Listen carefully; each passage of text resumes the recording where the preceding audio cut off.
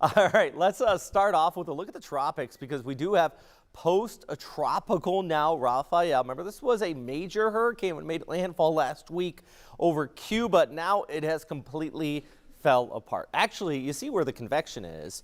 The low-level center, believe it or not, is actually right in there. Shear has just absolutely been blowing this away. It is still expected to drift south with that low-level center. The convection continuing to kick off of it here and even attached to a front, which is bringing that cloud cover out there this morning.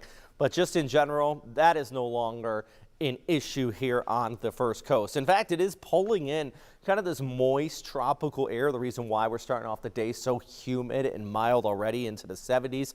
Compare that to other areas across the United States, and boy, it makes you really love the weather here on the first coast as you see those 30s, even 20s in some spots here this morning on the backside of this front. So yeah, that's the big thing. The big kind of controller is this front pushing in from the west. Out ahead of it, we still got this moist, cloudy conditions, isolated chance of rainfall out there today, but really remaining on the exceptionally low side. Do remember with that daylight saving time well over a week ago now, the sunrise is coming up a bit earlier at 6:50 a.m. but sunsets at 5:32. Temperatures warming up into the lower 80s through this afternoon with that westerly flow dominating and these clouds kind of coming in and out here. Rain chances pretty much remaining 20% or less. Yeah, that's going to be the big thing out here on your Wednesday. Now, your Monday. On Wednesday, looking ahead now, we are going to start to see kind of a high pressure from the north and squeezing together our pressure gradient. The key thing, I know that's, some meteorological talk there for you.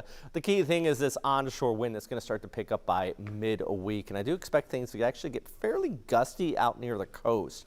You see right here, here's that tighter pressure gradient, winds coming in from the east, and eventually it'll start to shift southeast and south ahead of our front, which is going to warm us up on Thursday. But behind the front, a cooler air mass should be starting to dive its way in, which means maybe not just cooler, but at least drier with lower dew point. So it's going to feel a lot more comfortable by Friday, Saturday, and into Sunday. So if you're sick of this humidity, you're sick of this heat, we're going to start to get back to a somewhat more seasonal setup here by the end of the week. So yeah, get out there and enjoy your day.